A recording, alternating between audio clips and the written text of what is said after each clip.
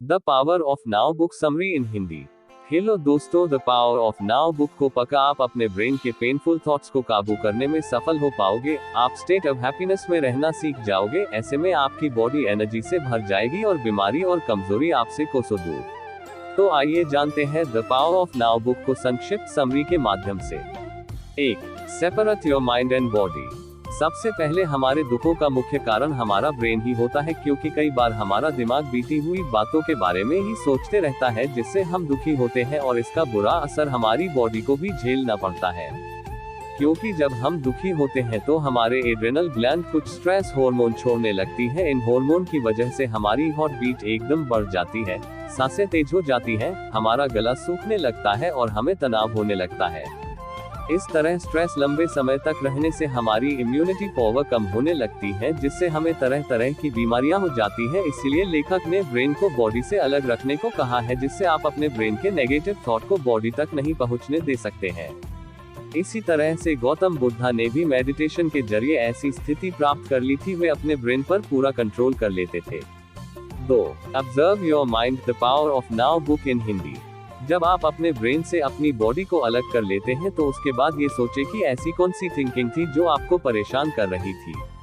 ऐसे में यदि आपको दूसरों से ईर्ष्या हो रही है तो ऐसे विचारों को खुद से अलग करो। आप ये सोचें कि दूसरों ने जो हासिल किया है वो उसके मेहनत का फल है। आप भी मेहनत करोगे तो आपको भी सफलता जरूर मिल जाएगी। दूसरों की शोहरत से खुद की तुलना करने से कोई फायदा नहीं है, इससे सब बाद में यही रह जाना है। ऐसे बेफिजूल के विचारों को अपने मन से निकाल दो, तभी ये नेगेटिव विचार आपको परेशान नहीं करेंगे। 3. Live in present, the power of now summary in Hindi. कुछ लोग तो बीते हुए पलों में ही जीते हैं तो कुछ लोग भविष्य की सोच में ही पड़े रहते हैं। इन दोनों परिस्थिति में ये लोग दुखी ही रहते हैं। ऐसे में वे बीती हुई गलतियों का रोना रोते रहते हैं। आप कितना भी रो ले, वो समय कभी वापस नहीं आएगा। इसी तरह जो फ्यूचर की चिंता में ही खोए रहते हैं, वे सोचते रहते हैं कि कब मेरी नौकरी लगेगी और कब मैं अमीर बनूंगा। हर कोई इसी चिंता में डूबा हुआ है। इसी चक्कर में लोग अपनी वर्तमान लाइफ को ठीक से जी नहीं पाते हैं। आपको प्रेजेंट में जीना सीखना होगा। जो भी अभी आपके पास है और अभी तक आपने हासिल किया है, उसके लिए इस ब्रह्मांड को शुक्रिया अदा करें। ऐसा करने से आपको अंदर से खुशी मिलेगी और आपको लगेगा कि आपके पास जो भी है बहुत है। आपको छोटी छोटी चीजों में खुशियां ढूंढनी चाहिए और ऐसे में दूसरों से अपनी बराबरी की न सोचे। 4. Accept the tragedies, the power of now audio book in Hindi. जरा सी भी मुसीबत आ जाए तो आप सोचते हैं कि हे भगवान, ये मेरे साथ ऐसा क्यों हो रहा है। लेकिन असल में ये एक नेगेटिव स्टेटमेंट है जो आप अपने ब्रेन को दे रहे हैं। इससे आपका ब्रेन डिमोटिवेट हो जाता है, फिर आपकी तरफ और मुश्किलें आने लगती है। ऐसा बिल्कुल भी नहीं होता है कि सिर्फ किसी एक की ही लाइफ में प्रॉब्लम हो सकती है, बाकी किसी और के नहीं हो सकती है। प्रॉब्लम तो सभी के लाइफ में होती है। आपको अपना ऐसा माइंडसेट बना लेना चाहिए कि चाहे कितनी भी मुश्किलें आ जाए, मैं हमेशा तत्पर रहूंगा। इन प्रॉब्लम को मैं सुलझाते रहूंगा और अपने लाइफ में खुशियों का मजा लेते रहूंगा। आप दूसरों की मदद भी ले सकते हैं, लेकिन आपकी भी दूसरों की मदद करने की आदत होनी चाहिए। कोई बुरी घटना घट जाने पर ज्यादा दुखी ना हो जाए, बल्कि उसे पॉजिटिव तरीके से स्वीकार करें और खुद को संभाल कर आगे बढ़ने की कोशिश करो। 5. Be in alert state, the power of now book review in Hindi. जब आपकी लाइफ में अच्छे दिन आते हैं तो आप बाकी चीजों को भूल जाते हैं। आपको ध्यान में रखना है कि पल पल जिंदगी बदलते रहती है। ऐसे में आपको हमेशा अलर्ट रहना चाहिए। कोई भी महत्वपूर्ण काम कर रहे हो उस समय और ज्यादा अलर्ट रहना चाहिए। आपके दिमाग में कोई क्रिएटिव आइडिया आया हो और आपने ध्यान नहीं दिया तो जरूरी नहीं है कि वो आइडिया बार बार आपके दिमाग में आएगा। ऐसे आइडिया जल्दी से गायब भी हो जाते हैं, इसीलिए अलर्ट मोड में रहना चाहिए। लाइफ के किसी भी मोड़ में कुछ भी घटना हो सकती है, चाहे अच्छी हो या बुरी। इसलिए ये मानकर ना बैठे रहो कि सब कुछ अच्छा रहेगा, कोई प्रॉब्लम नहीं आएगी।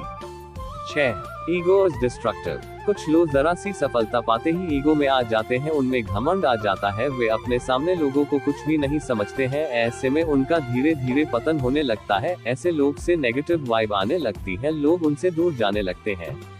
इंसान एक सोशल एनिमल की तरह है, उसे इस समाज की हर समय जरूरत पड़ती रहती है। लोग यदि आपको नापसंद करने लगेंगे तो मुसीबत में कोई आपकी मदद भी नहीं करेगा। ऐसे में उस इंसान का स्ट्रेस लेवल भी बढ़ा हुआ रहता है, उसके झगड़े भी बढ़ जाते हैं, वो अंदर ही अंदर परेशान रहता है।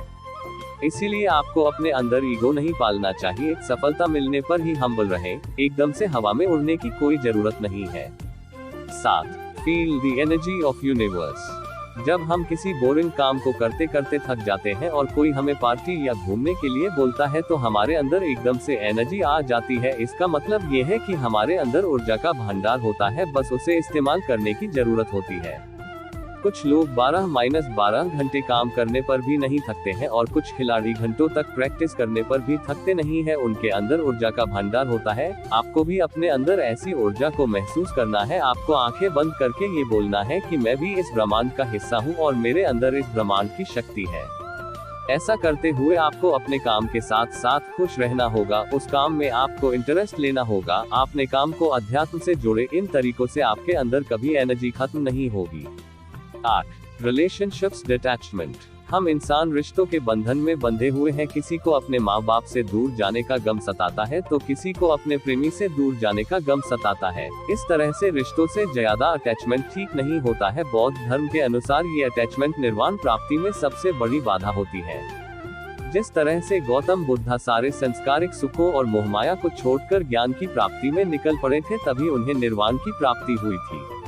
आपको ऐसा कुछ भी करने की जरूरत नहीं है। आपको किसी के भी प्यार या मोह में अंधा नहीं होना है। आपके दिल के करीबी आपसे थोड़ी देर के लिए दूर हो जाए तो बेवजह परेशान नहीं होना है। 9. Detach to find peace. लोग अब मटेरियलिस्टिक चीजों में खुशियां ढूंढ रहे हैं। ऐसे में जब उन्हें खुशी नहीं मिलती है तो वे दुखी हो जाते हैं। ऐसे लोगों को कभी भी मानसिक शांति नहीं मिल पाती है। यदि ऐसे लोगों को वो खुशी मिल भी जाए तो उनका लालच कम नहीं होता है। उन्हें हमेशा दूसरों से एक लेवल बढ़िया और महंगी चीजें चाहिए होती हैं और वे जल्दी से बोर हो भी जाते हैं। ये चीजें ही आपके दुखों का कारण है। ऐसी चीजों से मोहमाया को त्याग देना चाहिए। जब कुछ लोगों के पैसे डूब जाते हैं या उन्हें घाटा हो जाता है तो वे गुस्से से पागल हो जाते हैं, क्योंकि उनका अपने पैसों से अटैचमेंट हुआ होता है। ऐसा करने से उनकी लाइफ खत्म नहीं हो जाती है। इन चीजों से उनको खुद को डिटैच कर लेना चाहिए। जो इंसान इन मोहमाया से परे होकर खुश रहे तो समझ लेना उसने मानसिक खुशी को पा लिया है। 10. Surrender vs resign. जैसे कुछ लोग अपनी असफलताओं में ही डूबे रहते हैं, वे उससे बाहर आने की कोशिश ही नहीं करते हैं। ऐसे में कुछ तो अवसाद में चले जाते हैं और सिगरेट, शराब और बाकी के नशे करना शुरू कर देते हैं। ये सभी चीजें एकदम व्यर्थ की है। गीता में लिखा है, क्यों व्यर्थ की चिंता करते हो, किससे व्यर्थ में डरते हो, तुम्हारा ऐसा क्या खो जाएगा जो तुम लाए हो। इसीलिए कभी भी हार मान लेने की ना सोचे, बल्कि अपनी गलतियों से सीखना है और फिर से कोशिश करना है। विश्वास और कोशिश करते रहने से ही आपको सक्सेस मिल सकती है।